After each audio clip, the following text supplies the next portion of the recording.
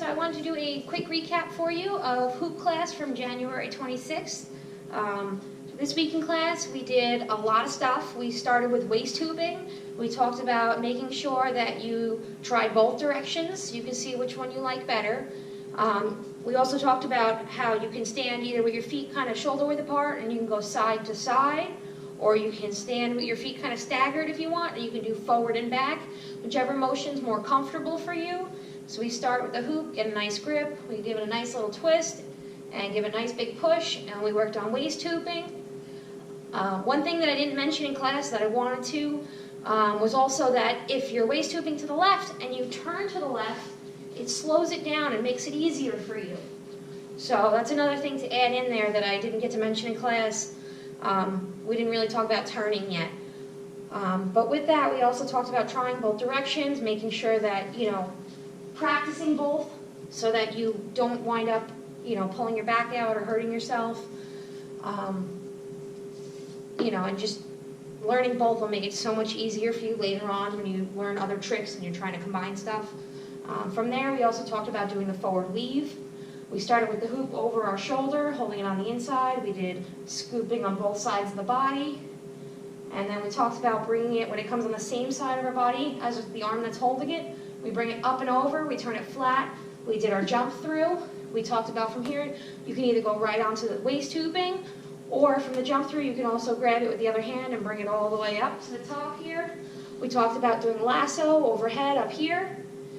We talked about how you can bring it out, around, in front, and jump in. And then you can go into waist tubing, or whatever other moves you want to do. We also talked about if you bring it up and lasso overhead here, you can take it and you can just swing it around, out, and we grabbed with both hands. We let the hoop slide down between our hands, and we flipped it up. And this is where we talked about isolations.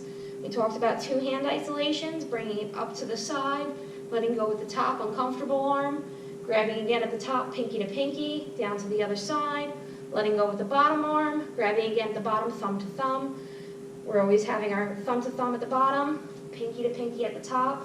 You're grabbing the hoop on the inside when you're doing these. You don't want to have your hands outside the hoop. So we're on the inside of the hoop, and we did a couple of these. Then we also talked about one-hand isolations, and that's where we brought the hoop up to the side here, and we let it go of the hoop, but we also bring our hand up to the top and let it roll. And we go over to the other side, so it's thumbs up across your body, and when you're on the same side, it's thumbs down. We talked about working on just this motion here to try and learn to get it nice and clean. We also talked about the cat's eye or the linear isolation, and with those we were taking the hoop from the bottom here, we were pushing it all the way out to that most uncomfortable spot and letting it roll all the way across the body to the other side, thumbs up. And then from here, this was the difficult part where we had to pull the hoop back into the center. That is really just, you're pulling in and you're bending the elbow and bringing, it's all kind of in the wrist. It's very, you'll feel it, it's a really tight motion. And then from here, we also talked about the difference between doing an isolation and doing an iso pop, where you're just letting the hoop drop, or out to the side, that's still an iso pop, or up, whichever one you want to work on, but we just talked about letting it drop down. So we did an isolation and let it drop. We did an isolation, we did the cat's eye. We also talked about combining some of this stuff. So we did the forward weave, and we jumped into the hoop. We brought it all the way up, and we brought it around in lasso. We brought it around in front, we jumped in. We tried waist hooping a little bit. We talked about if the hoop goes to fall while we're waist hooping, not to just let it fall to the ground, but grab it and turn it into another move. And this is where we talked about doing the escalator a little bit. So we talked about, if you're waist hooping and you're like, oh no, the hoop's starting to drop, you can grab it with your left hand here and kind of let it fall to the side. And now you're already set up to do an escalator up. So the hoop's all the way pulled all the way to the side. You got a little bit of tension in it. You have it all the way against the back of your body here. And you're going to push up and to the side, kind of like almost to this other arm. And you're going to keep the other arm up and give it a nice big push up. And we did our escalators up. We also talked about doing the escalator down and holding it here.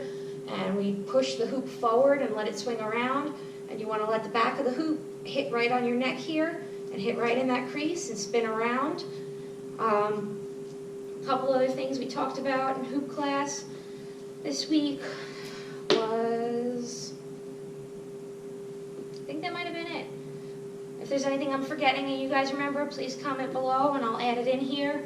But we'll run through that routine that we did one more time. We kind of mixed it up each time, so we'll try it again. We did the forward weave. We brought it up and over. We jumped through. We grabbed the hoop and we brought it all the way up. We went into lasso, brought the hoop around. We jumped back in. We did some waist hooping. We let it fall. We tried our escalator up. From here, we let it spin on our hand again, and we brought the hoop around to the outside.